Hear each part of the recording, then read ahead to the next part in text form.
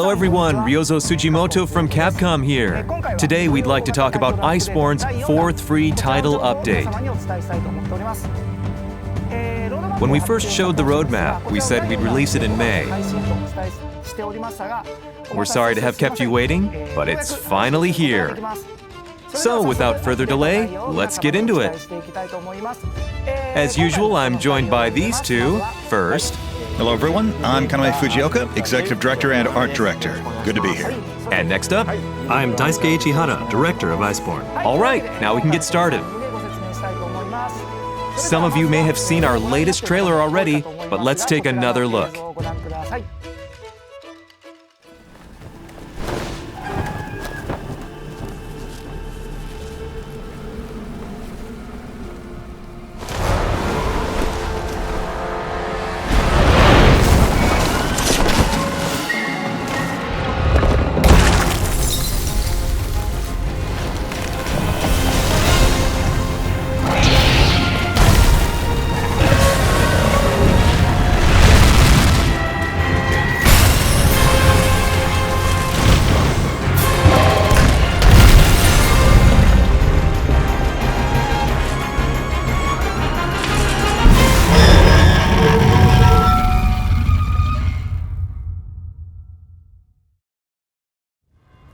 This time we'll be focusing on what's in store for this update.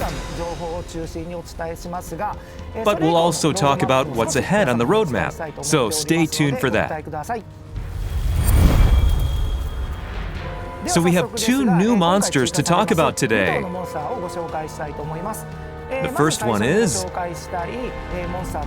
Alatreon, the blazing black dragon. Alatreon first appeared in Monster Hunter 3. Being the final boss, it certainly left a big impression on many players. And just like before, Alatreon can also change its elements.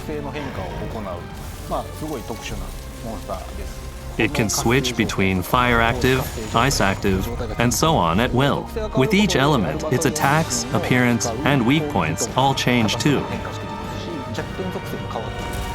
You'll have to strategize with your teammates, whether to split up covering the elements, or each bring individual strategies that will play well against any of them. Players need to be especially wary of one thing: the powerful shockwave it emits when changing between elements. That doesn't look good. That's putting it lightly. But there is a way to mitigate the shockwave's power.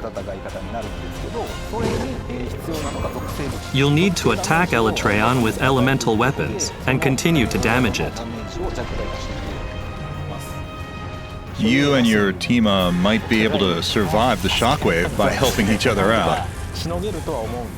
But I think the best course of action will be to utilize elemental attacks. Yeah, it's going to be a fun battle. Of course, we can't forget about the Alatreon equipment. One of the really unique features of the Alatreon is its jagged scales. We took that as inspiration to create a similar design for the equipment. It encapsulates all the elegance and ferocity of an elder dragon. What's more, the weapons have a truly menacing feel to them, too. They've got a deadly glow that we think people will really enjoy. How are the skills and abilities? Yes, there are some new set bonus skills. With these skills, your armor's elemental resistance will affect your weapons as well.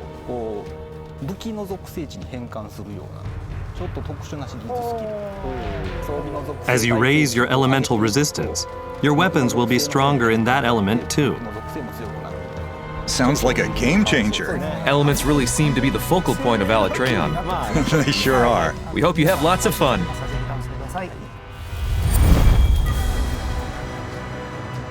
So we have one more monster we'd like to talk about today, and this one is a special variant.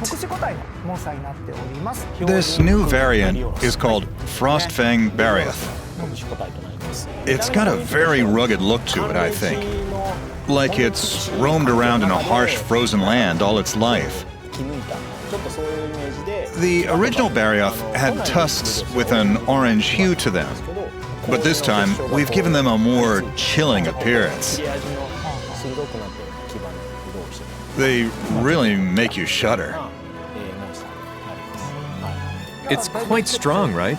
Yes, Barioth's breath has been strengthened. It is now powerful enough to freeze the ground. It will be hard to move around quickly when you're affected by this frostbind status. This will keep players on their toes and force them to think carefully about their positioning. The battle strategy otherwise is quite similar to the regular monster. In other words, aiming to break parts and preventing Barioth from moving is best. What about its equipment? The original Barioth equipment had a light feel to it, but for this new armor, we put more of Barioth's white tiger-like design into the helmet part, so you look like this awesome Frost Knight. We also touched it up so it has more of a heavy armor feel this time around. Frostfang Barioth's set bonus skill activates with just one part equipped. Punishing Draw is a skill that gives draw attacks stun properties. Also, if 3 pieces of the set are worn, Slugger Secret will be activated. This will allow some weapons to stun the enemy, even when they couldn't before.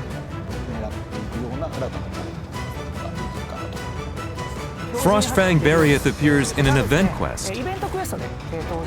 What's more, it'll be a tempered monster. It's just waiting to chew you up. Have fun hunting this one. Next, we'd like to touch on updates to the game system. This time, you'll be able to craft special tracks at the Elder Melder to call monsters in the Guiding Lands. Now, it has to be a monster you've already encountered, and you need to have the required materials. But we know that players can sometimes have a hard time finding a monster they're after, so we hope this new addition will help them out. Along with the Banishing Ball we added previously, controlling what monsters you want to encounter in the Guiding Lands has never been easier. And as always, we're adding new designs for squad cards and guild cards. We hope you enjoy them.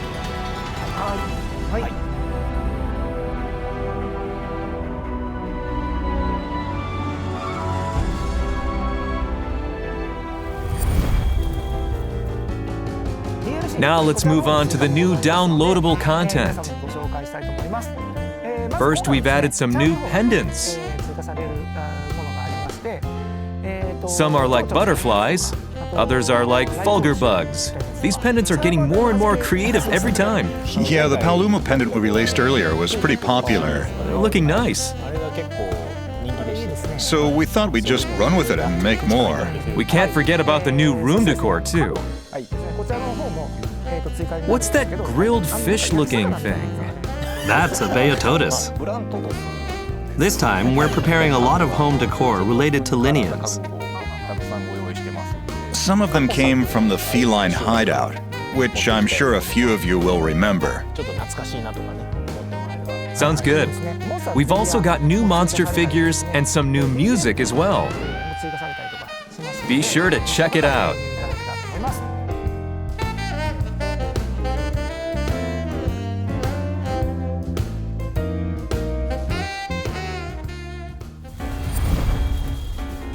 Now we'd like to talk about the upcoming Astera Celiana seasonal event.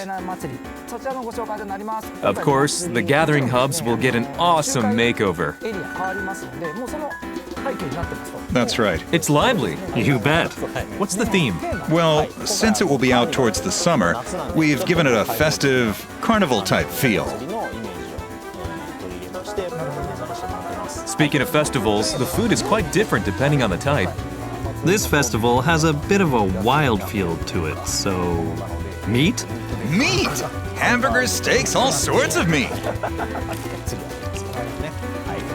And with each seasonal festival comes new outfits. First, the handler. They're wearing fancy samba outfits, decorated with feathers. We've never designed costumes like this before, so I think players are going to love them. The palicos are great too. Aren't they? Ah, Puke Puke. Yeah, it's really cute. You'll want to check out Poogie, too. I really want that Poogie. Yeah, I recommend that one. Poogie makes for a really cute egg. The snowmen have changed too. Our designers always have fun with this, so we hope the players will, too. So, what about the armor that can be made in the event quests? We have a faux Kelby. It's a little scary. Kelby looks almost mythical. As for Aptonoth, it's both cute and ugly, so both audiences will love it. We also have mug-shaped dual blades and layered armor that becomes your default clothing when you wear it. So it's like you're not wearing any armor. Yup, your au naturel. We've got rabbit ears, too. That'll be popular. They're cute. They certainly will. We've got tons of content coming, so try to get them all.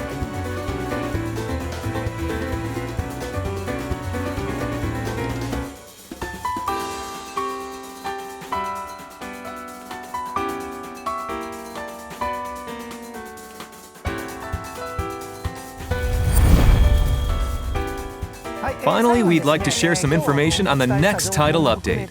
Have a look at the roadmap to see everything we discussed today. We're planning to release the 5th free title update. We'll be adding a new monster too, so look forward to that. Not only that, but we'll also be adding master rank layered armor in a future update. There's so much to look forward to. And so that's it for today's Developer Diary. We'd like to say goodbye with our usual parting words. Ready?